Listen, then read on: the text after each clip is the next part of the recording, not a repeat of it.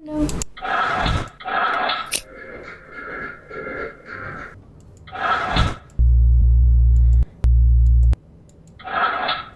Oh no. I'm cooked.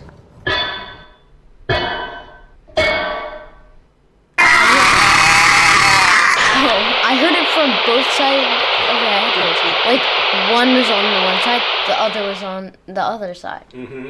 Oh, that is scary. Now we've got doors and lights working in the security room. The buttons work and the door animations play, and it's starting to feel like a real game. But getting here wasn't just about adding 2 buttons and calling it a day. There was a real problem, and that has to do with state explosion. When I first thought about how I would make the security room, I wanted to render out every different potential combination that might happen. And that is 2 to the 8th power, or 256 different combinations. So in this video, we're going to build the security room in a smart way. We're going to be using render layers inside of Maya and masks inside of Photoshop. Every single variable that we have inside of the room that's allowed to change increases the number of renders we need to put out. If you consider each different component that can change a binary switch, an on and off state, then we have 2 to the 8th power different states just with this simple scene here. So instead of rendering combinations, we're going to independently render different parts of our scene, and then we'll stack them on top of each other. Let's jump into Maya and take a quick look at our scene. Here we can see my security room inside of Maya. You'll notice I took the bathroom exterior from my prior videos and I kind of stuck it on either side of the security room, so I have something to look at when the doors open and close. I've gone ahead and positioned my animatronics to either side as if they were looking through the windows. I've also gone ahead and added different lights to either side so that when you press the light panel, the whole thing will light up. Every scene that I have uses the same default camera that I have selected here. If I go into the attribute editor and scroll down to the Arnold section, you'll see that I chose a cylindrical projection. This allows me to have those wide angle fields of view without the limitations that a standard perspective camera would give you with heavy distortion on the edges. If I render the scene as is, I've got no way to discern what parts are in the background, which parts are in the foreground, so I'm going to end up using render layers inside of Maya to separate out the different parts. If I go to Window, Rendering Editors, and then Render Setup, you can see that I have a render layer set up here. Under there, I have one for my Foxy left, one for my Foxy right, and then another collection for my entire environment. The Foxy left and Foxy right don't matter so much. The one that really matters is this environment. I had to select every shape node in my scene that wasn't part of the animatronics that I was rendering, and I added them to this list or collection on the side over here. I then added an absolute override, which means that every object within that collection will have this parameter overwritten. Specifically, the option is the primary visibility. When I render my scene, it will not display or show the parts of the environment that have been overridden, but those parts that are shown will be rendered with global illumination. That is, we're not just locally rendering that door by itself, it's going to take into consideration all those other objects in my scene. It just won't render them out as pixel information, and therefore I'll get accurate lighting in my scene. Here in Photoshop, I took all the different render files and I brought them into a single file. We see this checkerboard pattern to indicate what's transparent. If I turn on this first layer, you can see the background without any lighting. If I turn on the next few layers, you can see the different lit backgrounds that I created. The next layer is the security room foreground. Now you're going to notice this sort of weird gray outline across all the different windows and doors. This is why I added a black background layer below it. Unfortunately, my masks were not pixel perfect, which means that I'm getting some transparency coming through on those edges. Having that background will help get rid of that artifact. I then rendered out separate layers for Foxy on the left and the right. I only rendered out layers for Foxy because, honestly, Foxy is the only animatronic that I really have kind of in a close to finished state. The pug has too many missing components and just didn't look very good. Now for the doors, I have separate folders, and that's because I rendered the door animating going from completely closed to completely open. Now if I turn the doors on, we're going to see this strange staggered effect, and that's because I actually have 30 different frames roughly in each of these different folders. And you'll notice there's a mask on each folder. This mask makes sure I only render out the door. If I disable the mask and take a look inside, you can see all the different layers where the door is slowly closing down. And then finally, I needed to create a power outage version of the security room so that I can overlay this. All I did was turn off the lights in my Maya scene and render that out separately. Once I was finished in here, I exported out each individual layer separately to a different PNG file. I specifically used ping files because they have transparency. I brought all of those ping files into my Unity project, so let's jump over there next. Before we dive deeply into the Unity part of this project, let's quickly go over the 4 core components we're going to be handling in this video. First is the security room itself. We have this game view prefab we're going to be creating. It's going to have the different image layers and an audio source. Then we have the SecurityRoomManager, which is going to handle turning on the different elements like the windows, lights, and doors. We then have a door helper class. This exists to intercept events that let us know when our animations finish. We then have our door animations itself and our animation events that we'll be creating. We have a new script called CameraPanController_no_shader. Unfortunately, we're not going to be able to use the shader we developed in the first video because we need to interface with those buttons on the left and right side, and that shader would distort visually where they show up on the screen. So instead, we're going to create a new camera pan controller that's going to literally move the image to the left or to the right, rather than distorting it through shader values. Next, we're going to talk about the security camera overlay. This is going to be another prefab that we create. We're going to be separating the security room view from the security camera view from here on out. We'll have a security view camera controller, which is just going to change what image we see on the security cam footage. Then we have a security cam pan controller, which is very similar to our camera pan controller. It's just going to move left and right for a security camera. And then we have a special overlay whenever we look through the security camera. I wanted to make some changes from the last video on how I stored data. Before, our CameraAreaController, which is meant to control a UI button, handled a lot of the heavy lifting with changing and holding state information about every room. So instead, I've moved all that into a scriptable object called RoomConfig that is held within each CameraAreaController. And then we get to a lot of updates. We need to update our CameraManager, our animatronics system, our power manager, and our Blackout controller. And now we're ready to jump into Unity to make this all happen. Here you can see I'm in the final version of our scene. Importantly, under our canvas background, we have 2 new game objects. One called Game View, the other called Security Cam View. Before, we just had a background that we were changing whenever you press the different security cameras here. Now we have this multi-layer foreground background with different lights and windows set up. I ended up creating my own scene and my own prefab called Game View to handle all those different layers. I created a new folder called Security Room in my project. In there, I have prefabs. I'm going to click on my game view and open that up. Let's talk about the overall structure first. At the top, we have our game view. This holds almost all the scripts, our security cam manager, our camera pan controller no shader, and then an audio source. Under our game view, we have a light audio source. This is so that when we press the light buttons on the left and right, we get a humming sound that pops up. Underneath that, we have all the different layers. We start with that dark black background layer to cover up any transparency problems we might have. We have the left side as well as the right side. Then we have the Foxy overlay on the left side and the right side. Then we have our left door and our right door, followed by the foreground. And together, they make up the entire scene. Most of these layers are just simple images added to my canvas. However, the left door and right door are a bit different. You'll notice they have the door helper script attached as well as an animator script. The last 4 components are for detecting when the player presses the different buttons for the doors to open and the lights to turn on. Each of these different panels on the left and right side are waiting to detect when the player presses one of those buttons. They each have a event trigger with a pointer click event on them. When pressed, they're going to call the Security Room Manager's method toggle right light, toggle left light, or toggle right door, toggle left door. Before we dive into the scripts, let's take a look at how the door animations function. Here I've brought up the animation panel down here while selecting my left door. You'll notice that the sprite property has been animated.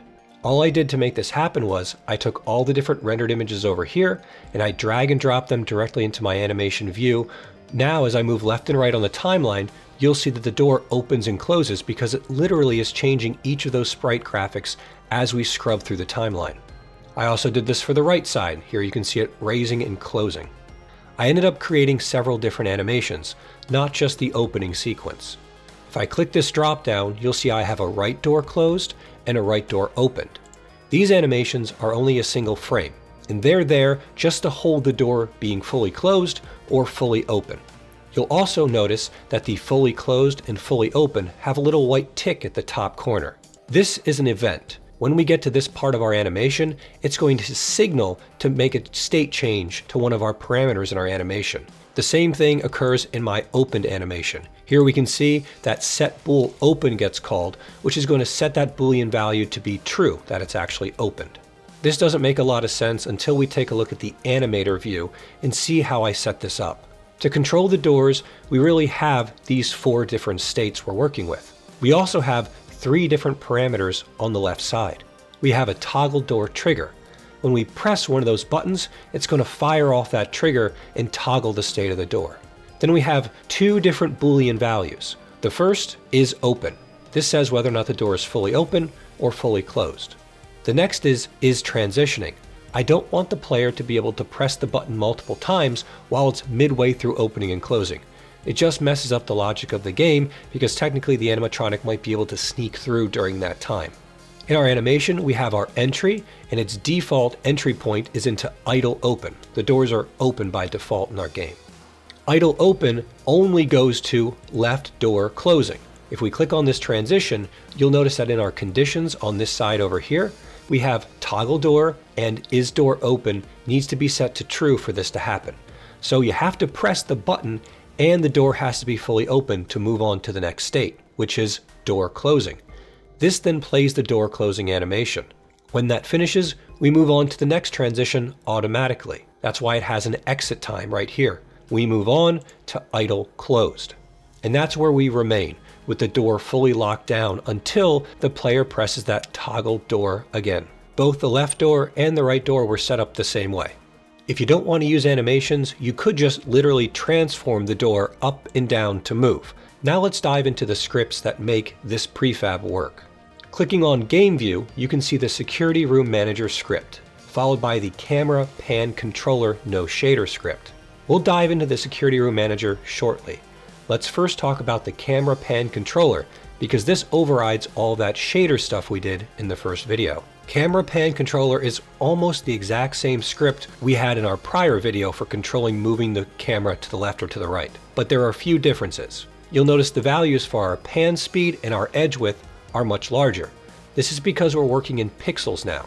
The big difference is this final part right here. Here we have the game view itself. This is the root hierarchy for our entire security room. You'll notice that we're moving our local position. So literally, if we jump back into our scene and click on the game view and hit W, what we're simulating with this script is moving the entire game view to the left and to the right. Because we're moving the root of our scene, all the child objects also get moved, which means our buttons also move with our screen. Now we can talk about the most important script in this video, the SecurityRoomManager. Remember, all these scripts are available for free to copy and paste on my website at Lecakes.com. And if you're a Patreon creative tier member, you get all of these assets in an entire Unity package to work with yourself so that you can follow along or create your own games. Starting at the top, we've got a lot of references. We need a reference to the animator for the left door and the right door. We also hold Boolean values that let us know whether the light is on or off. Then we have references to all the different graphics to control turning them on and off. We have our left and right lights, our left and right windows, and then our foreground. I wanted to have different audio clips for the doors opening and closing. So we have our audio sources that control when we'll play the doors opening and closing and when we'll hear the lights. I have separate audio clips for the left and right doors so that you literally hear from the left it opening and closing or the right. I also have separate images for the lights out portion of our script. In a prior video, when we did our Power Manager, we needed to create that entire lights out sequence where everything turns off. These are sprites that I'm going to use to swap the foreground image to make it look like an animatronic is in the doorway, lit up and glowing, and then finally the full blackout where the power goes completely out and you end up perishing.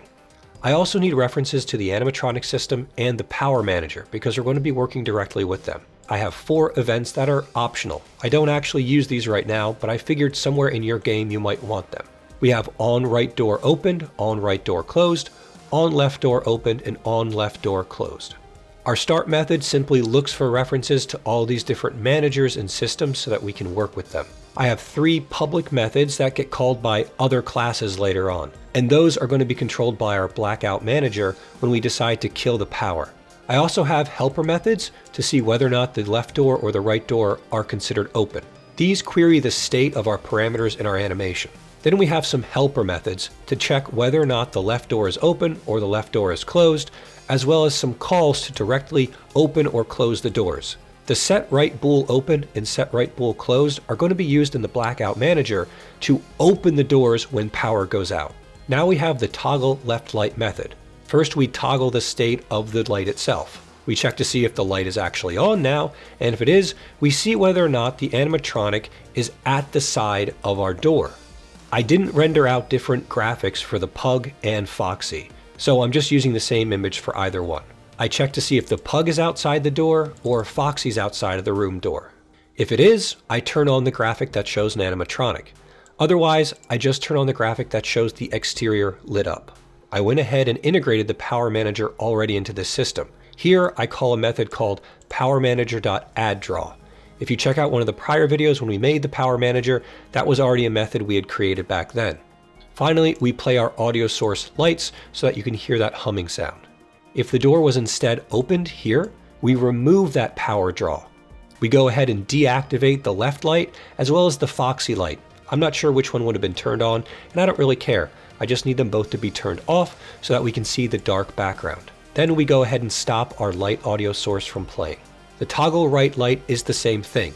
The only difference is we're testing the east door instead of the west door to see if an animatronic is out there, and we turn on the appropriate images in the background. Now we have toggle right door and toggle left door. We're only going to cover one because they're basically the same. First, we check to make sure that we're not currently transitioning. We don't want the player to be able to spam that door control. We then set the trigger, toggle door, and we set the bool that is currently transitioning. This means the animation will now start to play. We then check to see whether or not the door is open. We then check the state of the door to see whether it's open or closed. And we start drawing power down if the door has been closed. Once you've created this entire layout, you'll go ahead and click and drag this into your project, into your prefabs folder. And now you'll have a copy you can use in any other scene. Let's jump back into the main scene now and talk about all the other changes that were necessary. I've drag and dropped my game view into the main scene, and it's everything that we set up before. However, you'll notice I have a security cam view. I actually duplicated my game view prefab and created a new security view, but it's much simpler than what you saw before. Let's go ahead and open that prefab real quick and take a look inside. What you'll notice is it has a security cam view and a security cam pan controller. This panning controller is only a little bit different than the other controller we had for the main game view. The big difference is I added this pan behavior is static field. This allows you to press it so the camera will not allow you to move to the left and to the right. Let's take a quick look at that script, and you'll notice in the update method, if isStatic is set to true, well, we just don't let you move. We ignore all of this mouse input stuff. We first have our background. This is just going to hold the images that we rendered out of each room. I then added a record overlay. This way, whenever the player goes into this record security cam view, they know they're through the security cam view and not in the security room itself.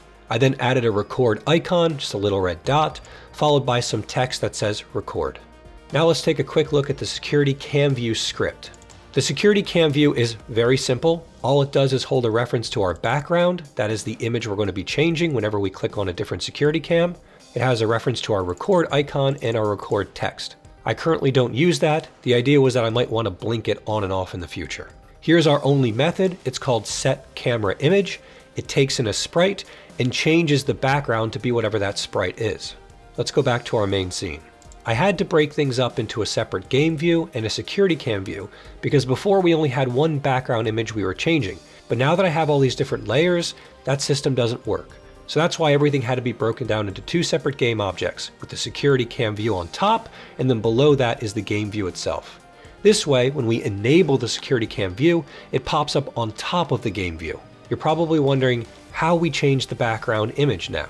Let's open up our map game object and take a look at our cameras. Here we have our CameraAreaController. I had to make a lot of changes to CameraAreaController to make this work. Let's double click it and open it up. We no longer have a big list of images for the different states of our room.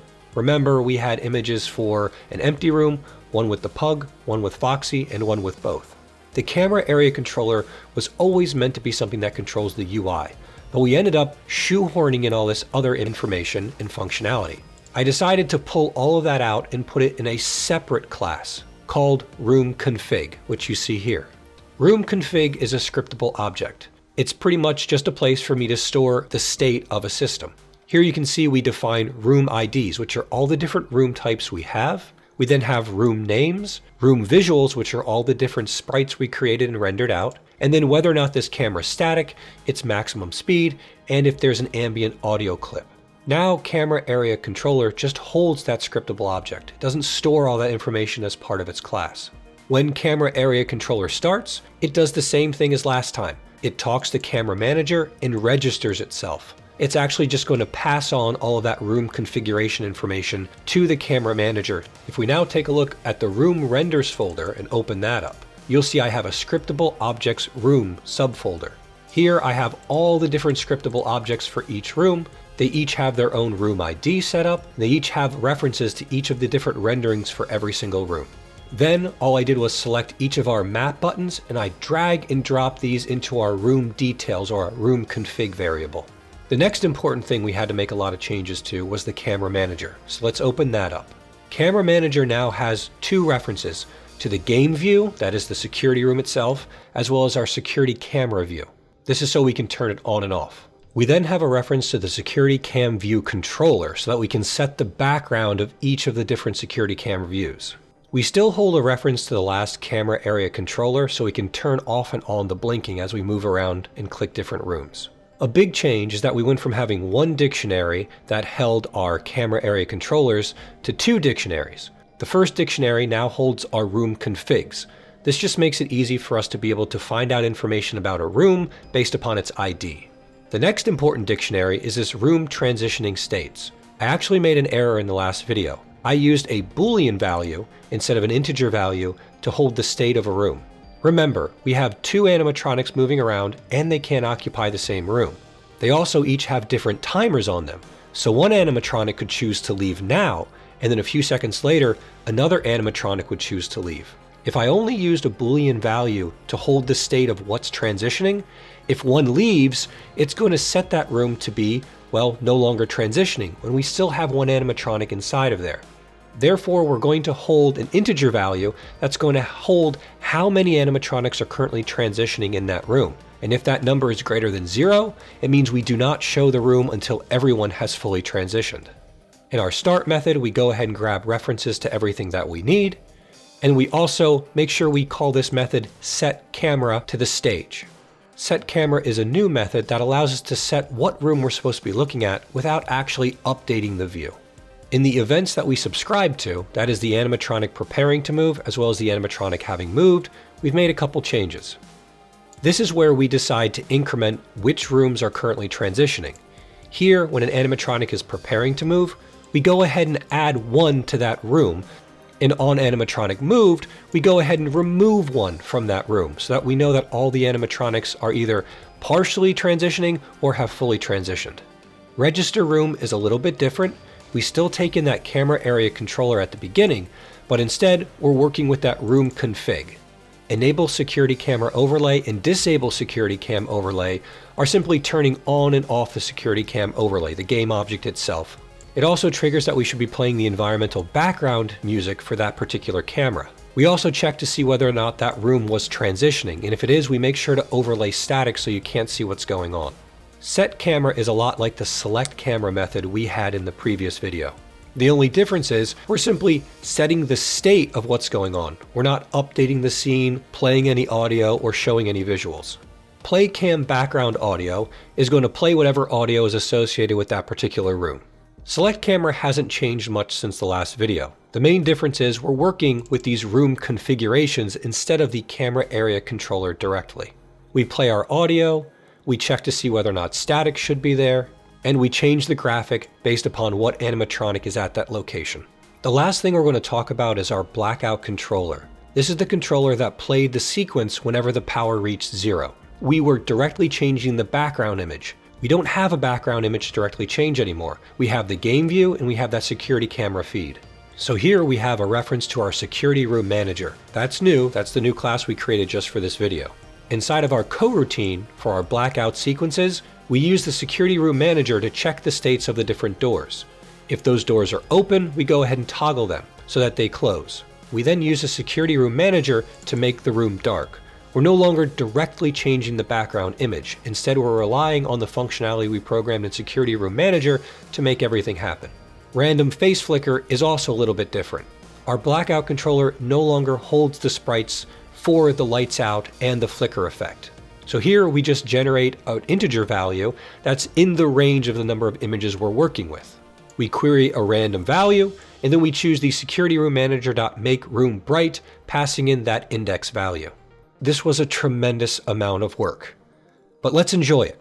Let's build this thing out and actually play our game. So let's go to File, Build Settings, Build, and build it out. Night 1. What is that noise?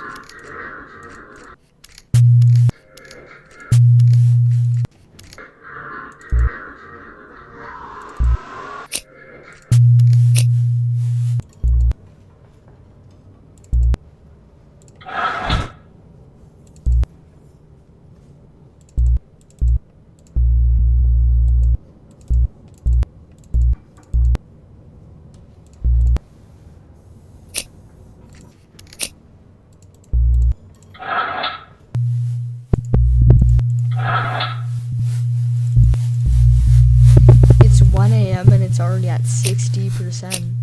I think I have it set right now to where you lose a point of power every 2 seconds. Without doing anything. Huh? Without doing anything, you lose a point of power every 2 seconds. Oh. I'll fix that.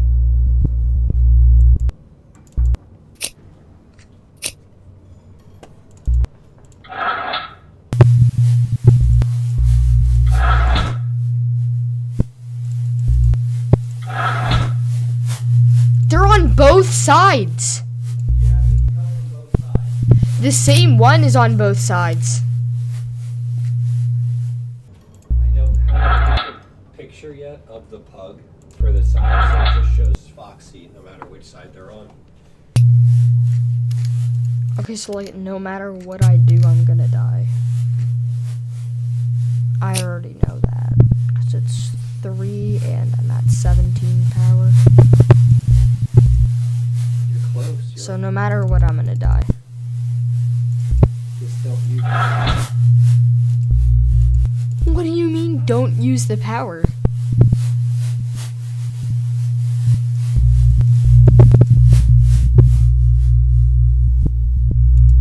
What is this dude doing? Get out of here, I'm at 3%. Okay. No.